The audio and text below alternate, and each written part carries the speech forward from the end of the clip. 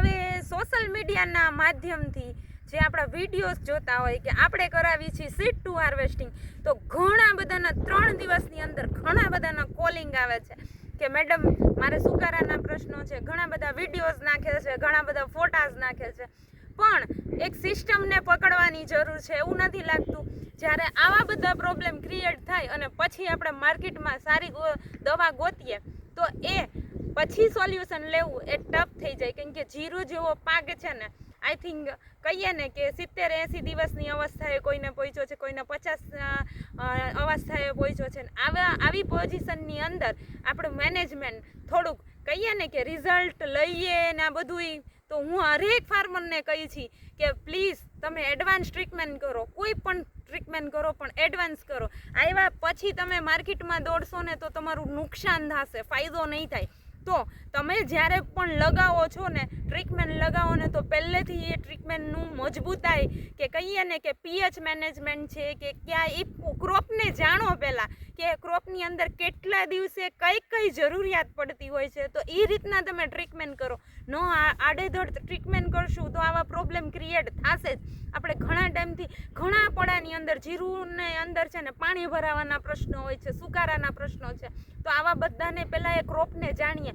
ઘણા બધા જીરુંની અંદર કે ને કે ધાણા જેવા પડા આગળ જતાં એ પ્રોબ્લેમ ક્રિએટ કરતા હોય, તો આની અંદર જાગૃતતા બહુ જરૂરી છે. અને એ જ જાગૃતતાને પૂરું પાડીએ છીએ આપણે કે સીડ ટુ હાર્વેસ્ટિંગ કોન્સેપ્ટ એટલે શું છે કે એનો અમે નિચોડ લઈ આવ્યા છે. ઘણા વર્ષો ત્યાં આપણે ખેતી કરાવીએ છીએ અને એની અંદર સીડ ટુ હાર્વેસ્ટિંગ પરફોર્મન્સ બેસ્ટમાં બેસ્ટ રહે છે. એની અંદર શું કામ છે? કારણ કે ખેડૂતોને આપણે પહેલેથી માહિતી દઈ શકીએ અને એમનું મેનેજમેન્ટ પહેલેથી કરી શકીએ.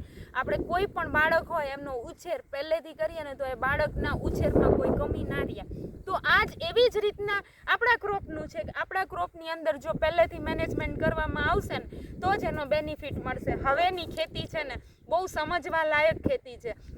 એટલે જો એની અંદર આપણી કહીએ ને કે બધી જ જરૂરિયાત આપણે એમની પૂરી પાડશું ને તો જ સારું બેસ્ટ ઉત્પાદન મળશે.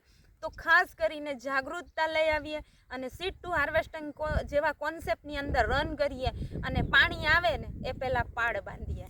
અને આપણે બધાને સજેશન ખેડૂતોને એ જ કરીએ છીએ કે તમે કોઈ પણ ક્રોપની અંદર કરો ને તો કોઈ પણ વાવેતર હોય એની અંદર અડધામાં જ અનુભવ કરો. અડધામાં અનુભવ કરશો ને તો જ તમને ખબર પડશે તમારા પડાની અંદર.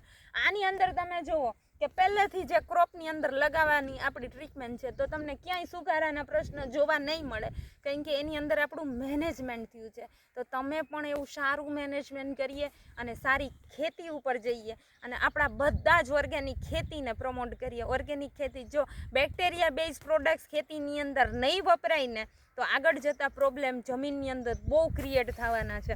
એટલે મારું સજેશન છે કે સીડ ટુ હાર્વેસ્ટિંગ જેવા કોન્સેપ્ટ, અને હું કરાવું છું સીડ ટુ હાર્વેસ્ટિંગ. મારો નંબર છે 94 295 67 650. હમણાં બધી જ સિઝન ઓપન થશે. ઉનાળાની સિઝન જ્યારે ઓપન થાય ત્યારે તમે પણ અડધામાં કોઈ પણ પાક હોય ને એની અંદર અડધામાં લગાવો અને અનુભવ કરો.